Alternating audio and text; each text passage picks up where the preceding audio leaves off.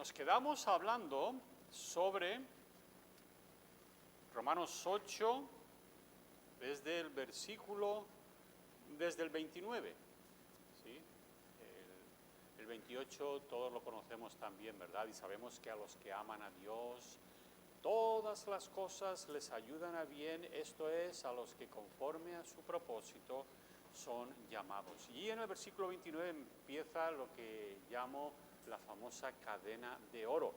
Porque a los que antes conoció, también los predestinó para que fuesen hechos conformes a la imagen de su Hijo, para que Él sea el primogénito entre muchos hermanos.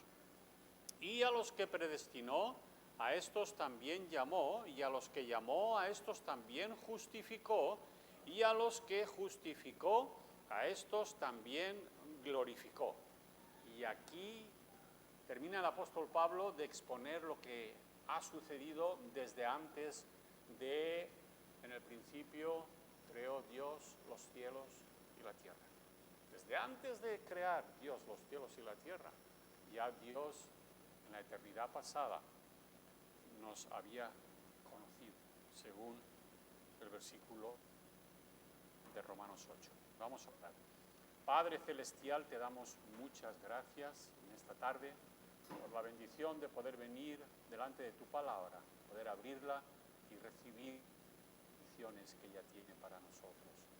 Señor, usa estos labios de barro para exponer estas verdades eternas que pueden transformar nuestras vidas para la gloria del Señor Jesucristo. Oramos en su nombre. Amén. Muy bien, entonces estamos hablando de qué puede ser, llegando al versículo 31, si lo ves ahí, la pregunta que hace el apóstol Pablo es, ¿qué pues diremos a esto? O sea, es que esto es algo que es algo difícil de poder entender. ¿Qué pues diremos a esto? Y más en un tiempo cuando hoy en día te dicen que si tú no tienes cuidado, la salvación la pierdes, ¿sí? Así que mucho cuidado, porque hay versículos por ahí en la Biblia que te dice que cuidado porque si no puedes perder la salvación y todo eso. Y yo a toda esta gente que argumenta sobre esto, yo le diría que seriamente estudie Romanos 8 y luego venga y me diga que la salvación se puede perder. Porque lo que Dios hace desde antes de la fundación del mundo y terminando en la gloria, es imposible que se pierda.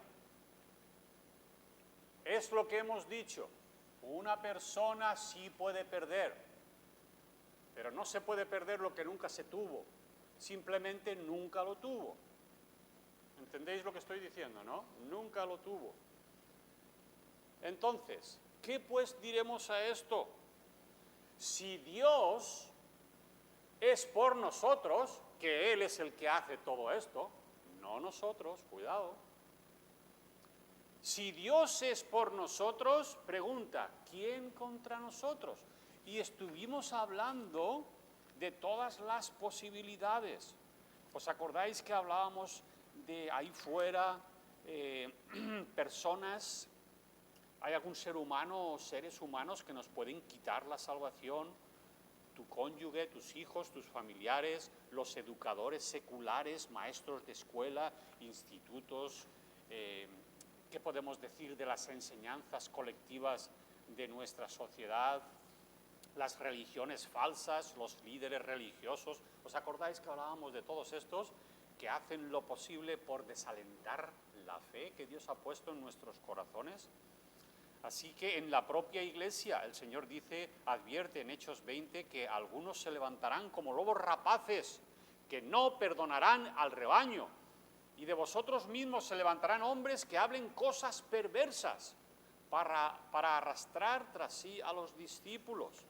Así que hay que tener muchísimo cuidado. Entonces, vemos, el apóstol Pablo dice, no hay personas, ninguna, que puedan arrebatarnos la salvación.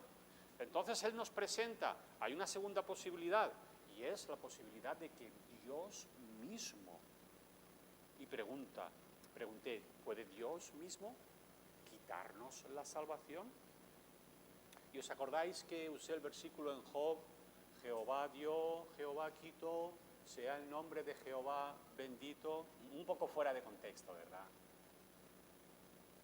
¿Podemos nosotros pecar tanto contra Dios hasta el punto que nos quite lo que nos dio? Que Dios diga, hasta aquí, se acabó. ¿Tú quieres seguir pecando así? Ya no, ya fuera. ¿Puede ser eso así? ¿Puede ser eso verdad?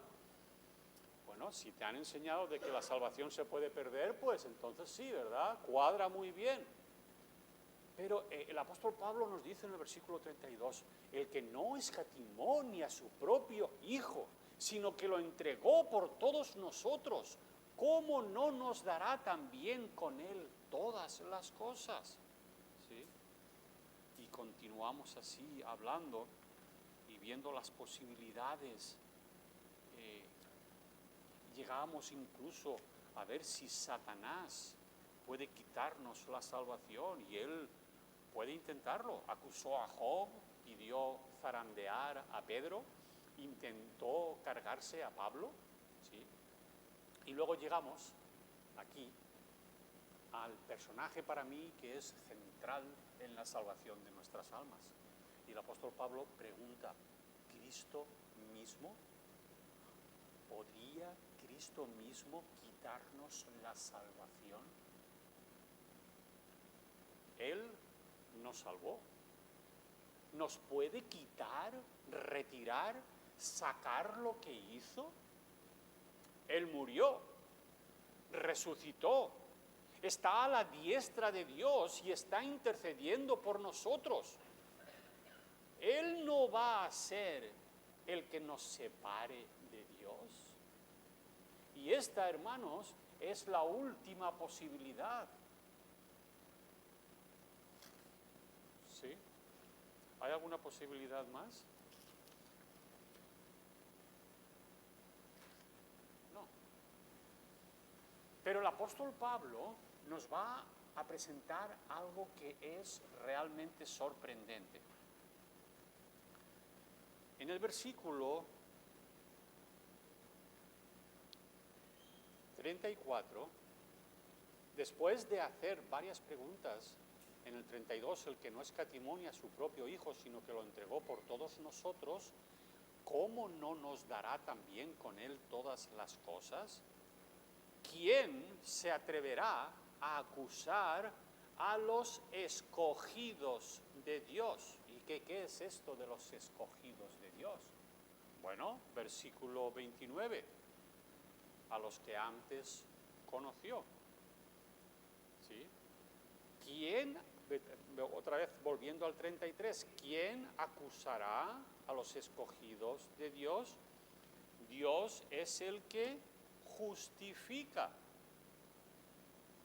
¿Quién es el que condenará? Cristo es el que murió. Y en este versículo vemos 4 realidades que son realidades protectoras de nuestras almas. Versículo 34.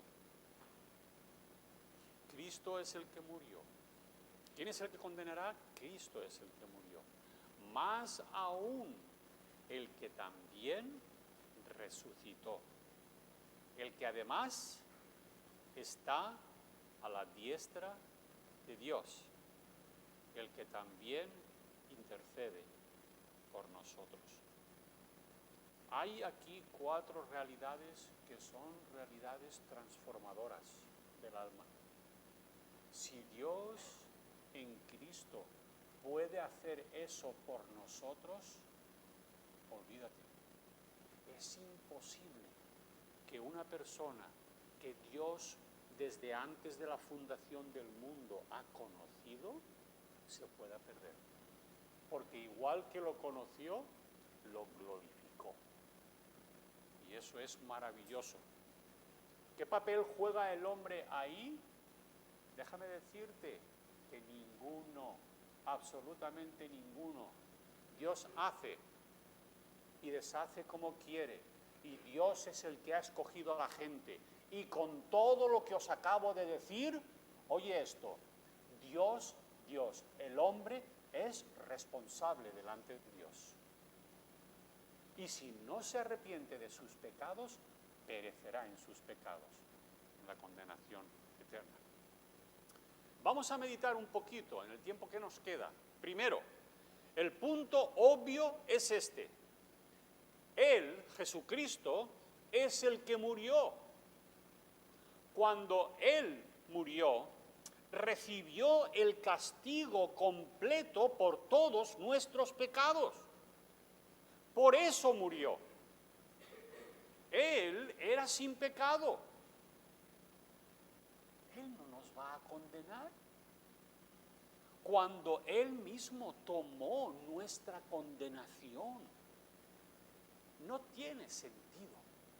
Es imposible. La segunda realidad es que no solo murió, sino que resucitó. En otras palabras, su sacrificio fue propiciatorio, satisfizo a Dios y Dios aprobó su obra. La obra que Cristo hizo en la cruz, levantándole de los muertos. O sea que su resurrección es la afirmación del logro conseguido en la cruz al morir por nosotros. La muerte, hermanos, la muerte de Cristo pagó completamente la culpa por todos los pecados de toda la gente que han creído en Él a través de toda la historia de la humanidad. ¿Has creído tú en el Señor Jesucristo? ¿Te has dado cuenta de tus pecados? Y entonces has puesto los ojos en Jesús y le has dicho, Señor, soy pecador, sálvame, yo creo en ti. Esta mañana en la escuela dominical estábamos hablando de la fe. Y una fe es una fe que tiene conocimiento, tiene asentimiento y se apropia de lo que acaba de creer, de lo que acaba de conocer, de lo que acaba de asentir. Hermanos y amigos, estáis aquí. Ojalá que todos aquí, el día que pasen al otro lado, como dicen allí en México, para ir a Estados Unidos dicen, he ido al otro lado. Pero aquí si decimos que pasa al otro lado, no estamos yéndonos a Estados Unidos, estamos yendo a la eternidad. Ojalá que tú hayas creído en el Señor Jesucristo aquí y has llegado aquí. Porque si tú has creído aquí, pero no has llegado aquí, no hay salvación. Tú dices, hermano, por favor, cuidado. No te preocupes. Si esto lo aclaramos enseguida. Los demonios creen y tiemblan. ¿Sí? ¿Cuál es ese hermoso versículo en Romanos también?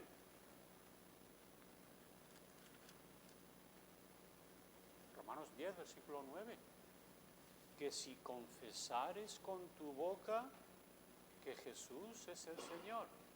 A ver, ¿quién no confiesa con su boca que Jesús es el Señor? Bueno, a menos que sea una persona que ahora es muy de moda decir que yo soy ateo, ¿no? No, discúlpame, a mí no, porque es que yo soy ateo. Y a mí no.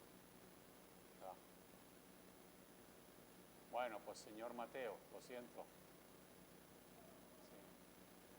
Pero de todas maneras, si quieres que te diga lo que Dios piensa de un ateo, te lo digo, ¿no? ¿Por qué eres ateo? No, porque yo simplemente no creo en Dios. Yo no creo en Dios. No creo que Dios existe, ¿verdad? Entonces, ¿quieres que te diga, señor ateo, quieres que te diga lo que Dios dice de los que creen que Dios no existe? ¿Quieres que te lo diga? Ah, pues yo no sabía que la Biblia dice algo de eso. Pues sí, sí lo dice, pero no te ofendas, ¿eh? Los llaman necios. ¿Sí? Los llaman necios. Ahora tengo que rebobinar y ver cómo he llegado hasta ahí. Y me he perdido en el caso.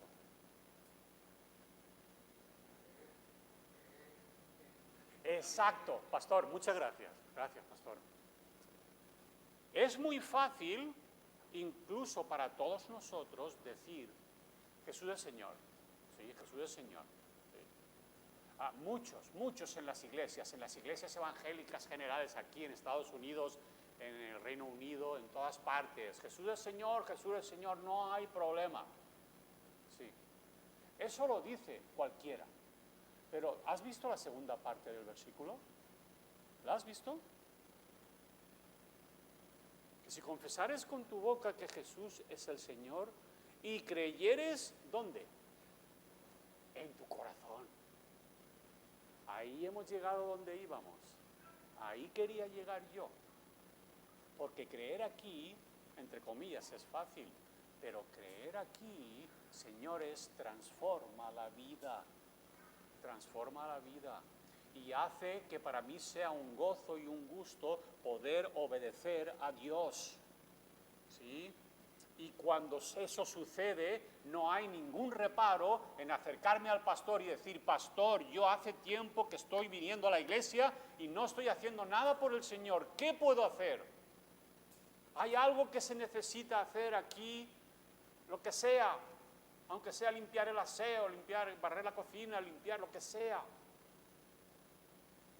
Cuando una persona hace algo así, dicen, de aquí ha pasado aquí. ¿Sí? Cuidado, porque yo creo que ya os lo he dicho, pero cuando estaba allí en Puerto Rico, recuerdo a esta persona mayor, yo he sido, ¿qué me dijo que era?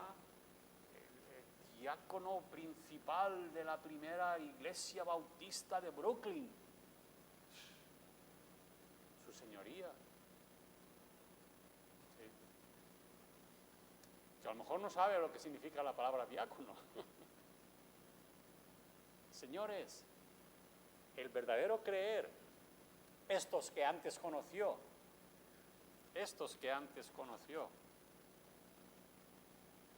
y que los predestinó, y los llamó, y los justificó, y los glorificó. Estas personas son transformadas por Dios, y lo que han conocido ha llegado al corazón, a la esencia de lo que realmente somos, y nos ha transformado, que es lo que queremos. Entonces, sí, la muerte de Cristo pagó completamente la culpa por todos los pecados de toda la gente que han creído en Él a través de toda la historia de la humanidad. Tercero, nos dice el versículo, el que además está a la diestra de Dios. Como el Salmo 110:1 nos dice, Jehová dijo a mi Señor, siéntate a mi diestra hasta que ponga a tus enemigos por estrado de tus pies. Estaba leyendo hoy precisamente, a mí me encanta leer a los puritanos. Es un gozo. Yo, creo que se lo dije al pastor, yo no me puedo comparar con esta gente. Yo los tengo como eminencias. Pero me regaló un libro de Thomas Watson y...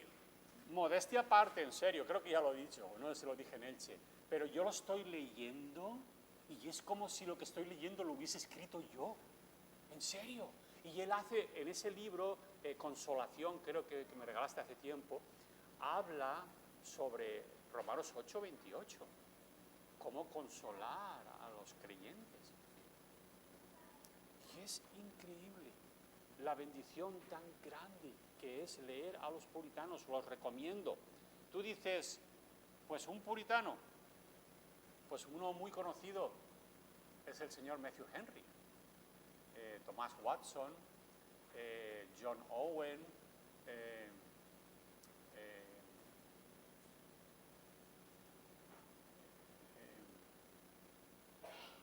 Benjamín,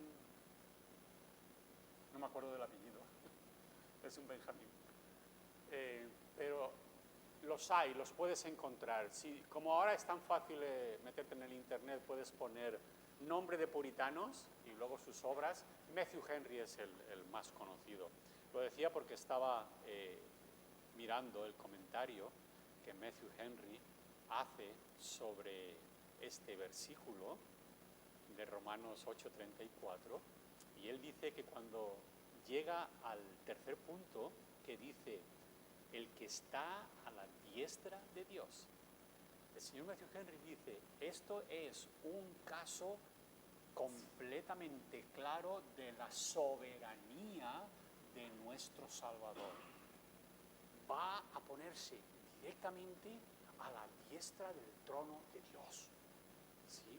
Representándote a ti y a mí, a la humanidad redimida, juntándola a Dios. Dios es espíritu, dijo el Señor a la mujer samaritana. Pero ahí está un Señor de carne y hueso como tú y yo, pero perfecto, que es Jesucristo, representando a la humanidad, a toda la humanidad redimida. Eso es muy importante, ¿sí? Porque de tal manera amó Dios al mundo, que ha dado a su Hijo unigénito, para que todo aquel, ¿quién es todo aquel? Todo aquel que en él crea. Sí, a mí me dice la gente, ay, es que, no, es que al final todos vamos a ir al cielo. No, no. Precisamente leyendo en Apocalipsis, hoy, esta mañana, y el que no se halló inscrito en el libro de la vida.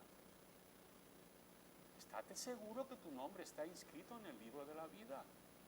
Y la única manera de estar seguro es ver que tú te has arrepentido de tus pecados y has creído en el Señor Jesucristo de corazón. Entonces vemos al Señor sentado a la diestra, expresándole esa soberanía. Dios mismo lo sentó a su diestra y toda rodilla se doblará ante Él.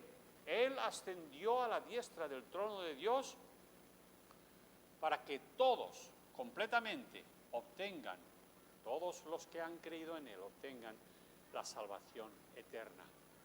Así que, si pones estos puntos juntos, te das cuenta que la obra completa de Cristo en la cruz, su resurrección, su exaltación y ascensión, todo indica que nuestra salvación ha sido pagada completamente y Dios está totalmente satisfecho. Y por si esto fuera poco, fíjate al final del versículo 34, el que también intercede por nosotros. Esto, hermanos, es la culminación de todo. Él continúa intercediendo, continúa y se mantiene intercediendo por nosotros. Hebreos nos dice que Él es nuestro sumo sacerdote. Hebreos 4, 14 y 15, por tanto, teniendo un gran sumo sacerdote que traspasó los cielos, Jesús, el Hijo de Dios, retengamos nuestra profesión, porque no tenemos un sumo sacerdote que no pueda compadecerse de nuestras debilidades, sino uno que fue tentado en todo según nuestra semejanza, pero sin pecado. Él vive por siempre para interceder por nosotros. Él está en el mismo trono de Dios, a la diestra de Dios, e intercede por nosotros. Cualquier acusación que viene contra nosotros, Él es el abogado de nuestra defensa, el abogado defensor que dice, completamente pagado por mí personalmente. Él es nuestro sumo sacerdote para siempre, nos dice Hebreos 6, 19 y 20. Nuestro sumo sacerdote para siempre que ancla nuestra esperanza y que penetra hasta dentro del velo, la presencia misma de Dios. Así que, a modo de repaso, personas que nos pueden quitar la salvación, ninguna. Dios tampoco, menos tampoco Jesucristo el Señor. Anda, pues sí que hay una posibilidad más. Mira, me quedan 2 minutos. Solo una posibilidad. ¿Cuál será esa posibilidad? Que en cuanto a ti mismo, en cuanto a nosotros. Ahora, oye bien, ¿sí? Lo que voy a decir ahora puede ser que incomode a más de uno, pero te ruego, oye bien lo que voy a decir, porque esto es muy importante.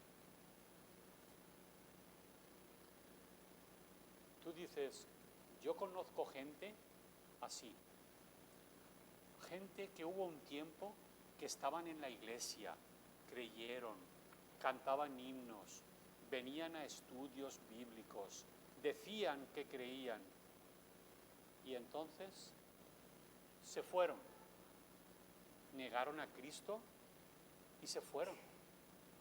Han perdido su salvación, ¿verdad? Es lo que pasó. Me parecían salvos. Algunos son de nuestra propia familia. Están cerca a nosotros, hermanos, hijos, padres, primos, etcétera, etcétera. Y te preguntas, ¿qué ha pasado? ¿Qué podemos decir de aquellos que creyeron o parecía que creyeron y se fueron? La respuesta, hermanos, se encuentra en 1 de Juan 2:19. Todos conocemos gente como esta. Toda mi vida, desde que conozco al Señor, he visto gente así. Algunos en nuestra propia iglesia. Y uno se pregunta, ¿perdieron su salvación? ¿Tiraron la toalla? Mira lo que dice 1 de Juan 2:19. Salieron de nosotros, pero no eran de nosotros. Porque si hubiesen sido de nosotros, habrían permanecido con nosotros. Pero salieron para que se manifestase que no todos son de nosotros. Nunca fue real. Cizaña entre el trigo, terreno pedregoso, terreno lleno de maleza, ahogado por el amor al mundo, las riquezas y las preocupaciones de esta vida. Todos hemos visto personas así, pero salieron de nosotros porque nunca fueron realmente de nosotros. Pero para aquellos de nosotros que somos creyentes genuinos, reales, y que tenemos el testimonio del Espíritu en nuestros corazones, hemos visto su fruto evidenciado, manifestado en nuestras vidas, nuestro amor por el Señor, nuestro amor por la verdad, amor por la palabra, amor por otros creyentes, nuestro amor por las cosas que son santas, puras y buenas. Nuestra salvación está asegurada para siempre. Este, hermanos, es el ministerio sublime y glorioso del bendito Espíritu Santo. ¿Tú no crees en esto? En lo que acabo de decirte. Si tú no crees en esto, entonces eso es un insulto al Espíritu Santo. Que Dios está en el Espíritu Santo haciendo toda esta obra en tu vida y lo rechazas con ella, con tu vida, eso, hermanos, no tiene sentido. Oye bien, el Padre planeó nuestra salvación eterna. El Hijo proveyó y compró nuestra salvación eterna. y el Espíritu Santo produce y perfecciona nuestra salvación eterna. Y Jeremías 33:3 nos lo resume magistralmente. Oye, qué cosa más preciosa. Con amor eterno te he amado. Por tanto, te prolongué mi misericordia. Y yo, y espero que tú también, descanso mi débil alma en esta confianza. Gloria al Señor por su amor por sus hijos. Vamos a orar. Padre celestial.